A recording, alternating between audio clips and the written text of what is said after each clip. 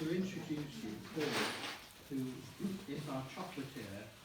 His ice cream, by the way, is absolutely heavenly. Gelato, Paul. Sorry? Gelato. Honestly, he has a chocolate curtain at the top, far from the market square, and it's delightful. The whole thing's you have a gift shop as well, don't you? Things to take on. I have also an assistant to Paul, Denise, who is my cousin. So, dear,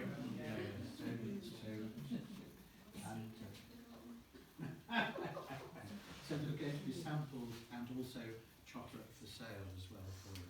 Paul, I'll give you over to Thank you for your talk. Is that okay? Thank you. Good evening. Good evening. 20, he said. There'll be 20 people, no more. So my name's Paul. I own number 12 chocolatier at Curtin Lindsay. Can you all hear me? Right down there. Number 12 chocolatier at Curtin Lindsay on the High Street, just opposite the court next to the chemist, if you know Curtin at all. We've been there for about 5.5 years now.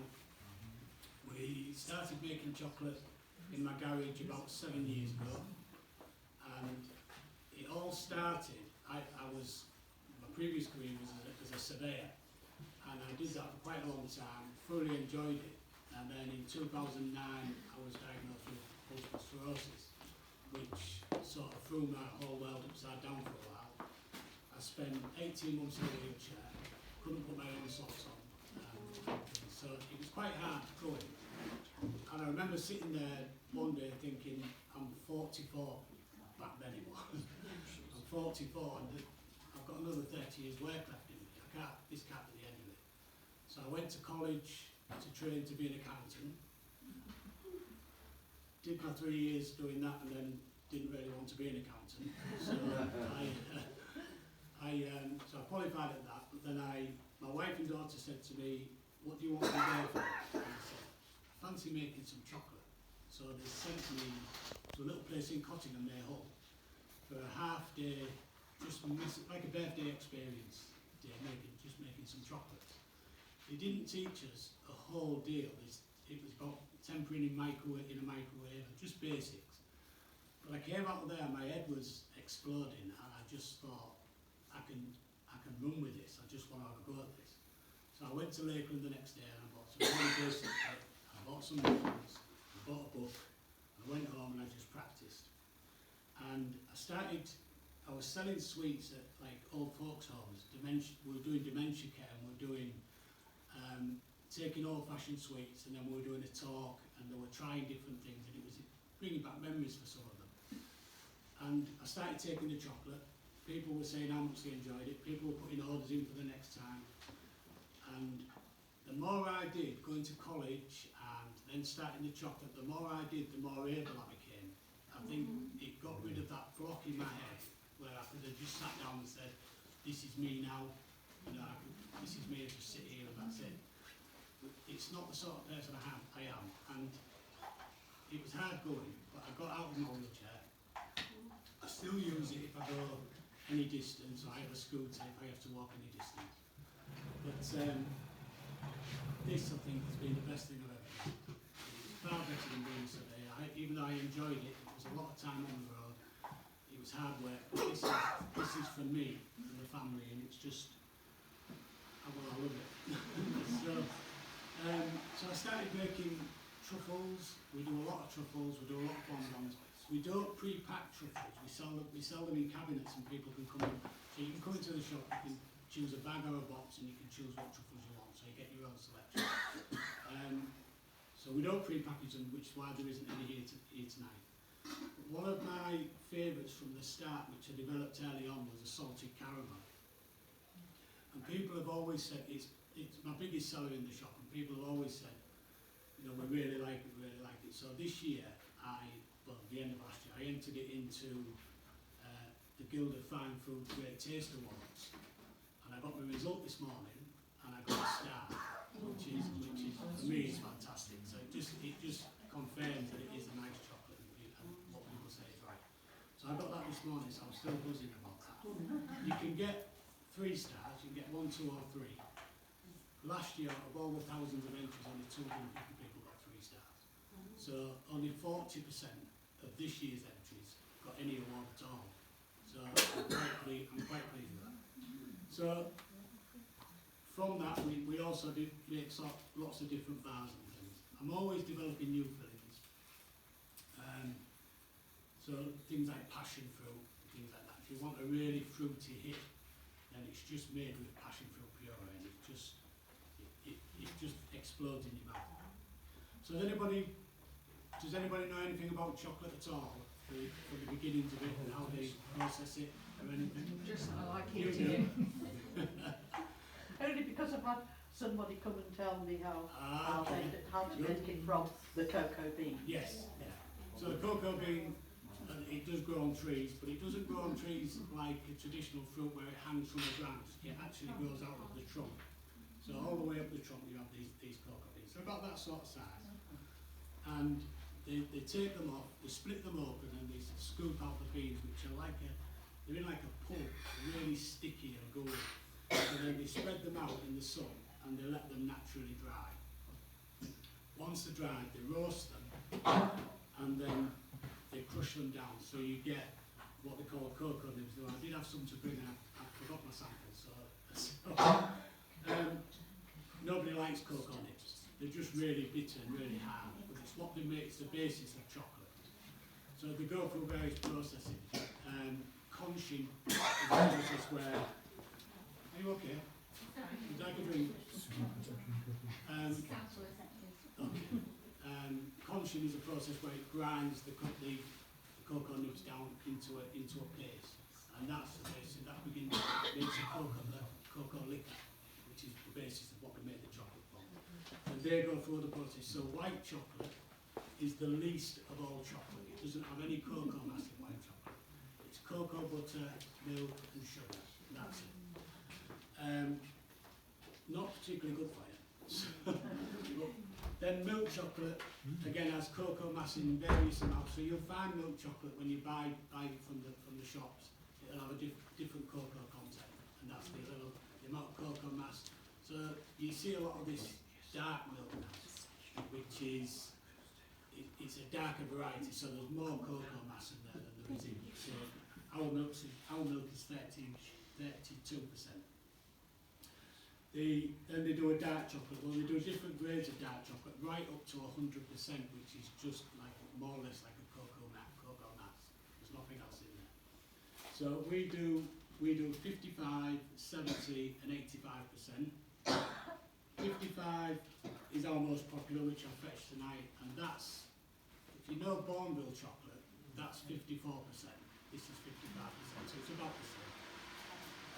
70% is quite nice. We use one from Ecuador, single origin, and then we've got 85%, which is from Ghana.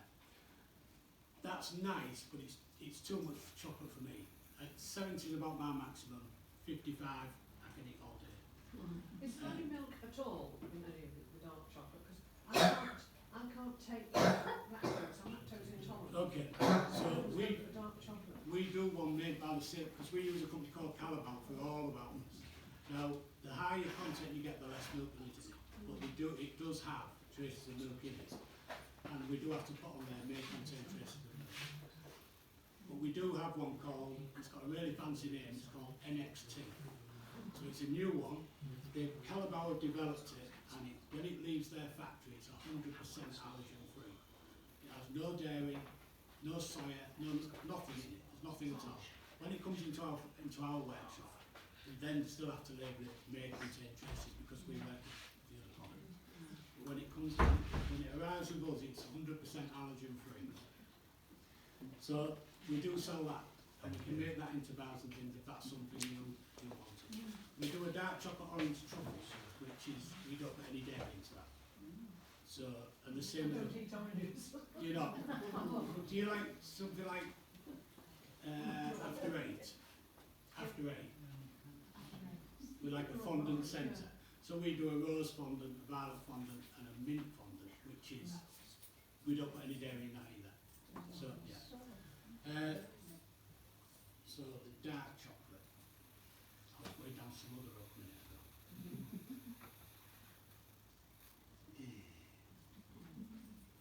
Okay, forgot where I was. Where was I? So, I'm going to go back to the cocoa pods for a little while. Up until recently, when you got a cocoa pod, you split it open, you scooped everything out, the shell went in the bin.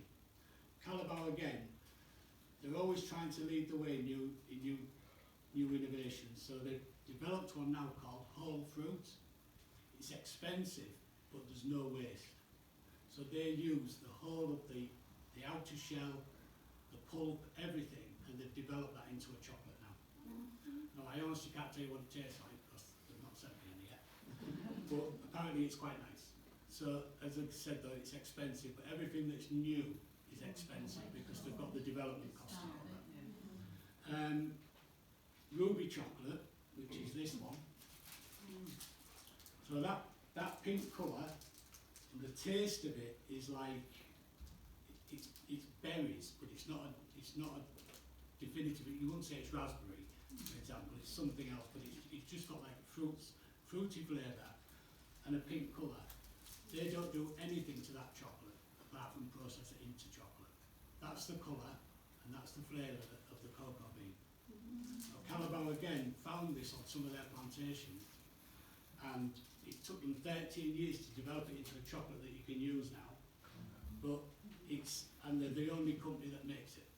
So when you see things like Cadbury's, not Cadbury's, sorry, they did a Kit Kat Easter egg with and a pink Kit Kat. They're using that chocolate. So nobody else makes it. So that's quite exciting. We're always bringing out new things. They're saying it's the latest thing, the best thing to happen to chocolate since white chocolate. I'm not sure about white chocolate, but it's not my favourite. But a lot of people like it. It is quite sweet. Yeah. So that's where we are at the minute. When we opened our shop in 2018, we never asked Catermans if they wanted a chocolate shop. We didn't ask them if they wanted a gift shop or ice cream. We do gelato, which is made, it's all chocolate based. So it's a Carabao product, but that's the basis for the gelato. It's rich and it's creamy, and it's a soft serve, which is, people seem to like a soft serve. So you can have it on a cone or in a tub. So, where was I going then as well? I went off on a tangent again. What to do with this? You didn't ask about opening the shop. We didn't ask them if we wanted a shop. People have said to me it's the best thing that's happened to Cairn. So people don't have to go into town now because we do gifts as well. They can come in. You know, we've been busy today, and it's just people buying gifts for other people. You know, birthdays, whatever.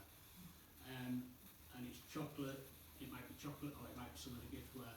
And my wife's quite active in. She does most of the ordering for the giftware. So she is now sourcing. She's found a company that specialises in British-made products. So we're buying more and more of that into the shop, and eventually we hope to have all of our products that are British made. We have a corner in the shop open to local crafters, and they hire shelf offers and they put all their stuff out. And we don't charge them for it. It's the shelf fee, but then you don't pay any commission on top of that. So that was a way for us in the beginning to stock the shelves, really. It's expensive to stock the shelves when you first open the shop. And anyway, it seems to be working. We've been open 6 months, so November. We were top 3 finalists in the Lincolnshire Life Taste of Excellence Award, which 6 months of opening that was just amazing. The following year we won it, and then COVID happened. Nobody won it. And then the year after they weren't doing. The year we won it, you were sending samples in, and then they would judge them, and then they would say. The following year after COVID, it was they would just ask you to fill a form in and just put why you nominated us. So it was just what people were saying more than anything. I think with cupcakes you can get anybody to say anything. Got beat by a cupcake lady. So anyway, we're going in for it again this year, and they're doing tastings again. So hopefully, on the back of what we got this morning, we can maybe get a double this year, which would be fantastic. So, as anybody got any questions for me? Yeah, do you make your own products? We make all of these. We don't make the chocolate from bean. We don't make from bean. Sorry, we don't make it from bean to bar. We buy the product in pellet form, and then we have to temper it and work with it, and then make it into whatever we. In the premises? Yes, yeah. Yeah, so I developed a. We were quite fortunate. Thank you. That we wanted a shop that had a house with it. We didn't want to be in two different sites.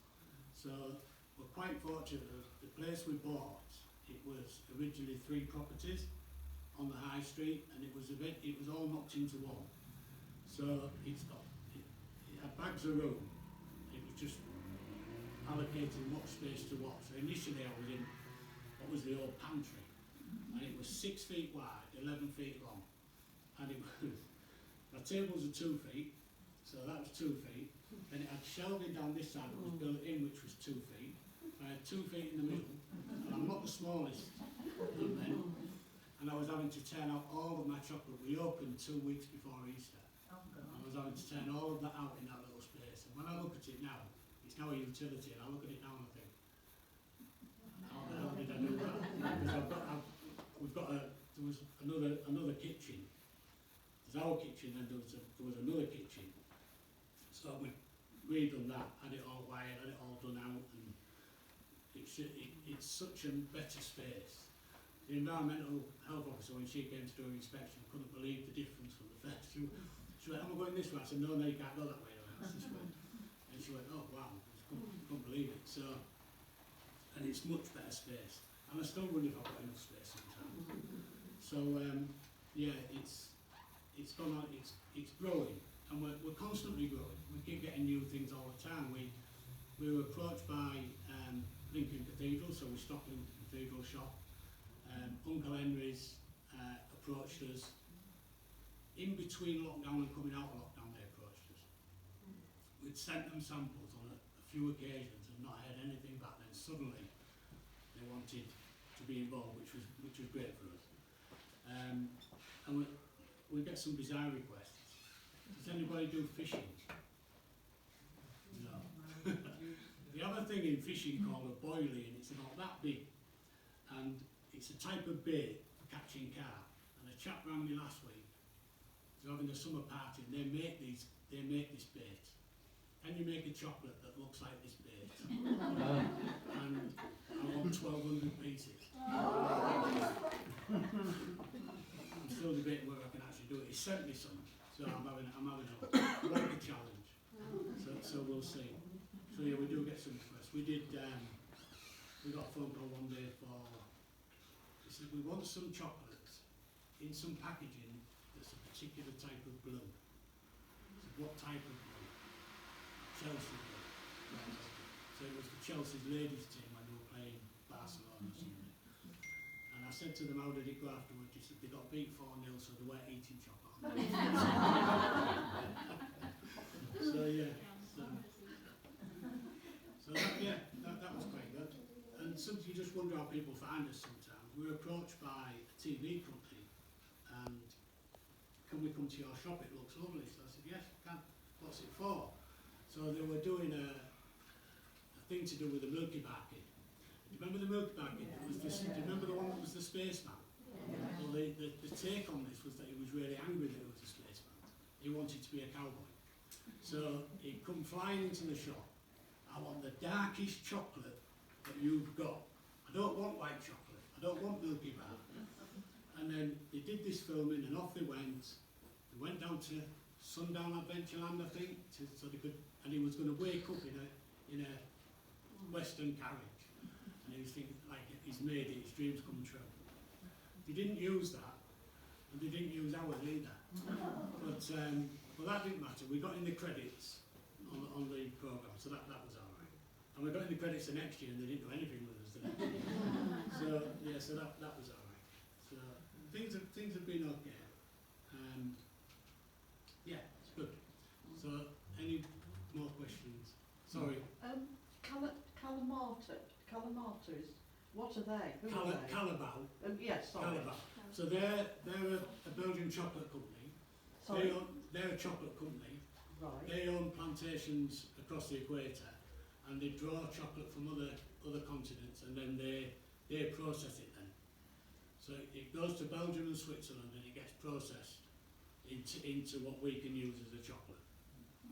So, and they're always, as I said, they're always trying new ideas and bringing out new things to lead the market really.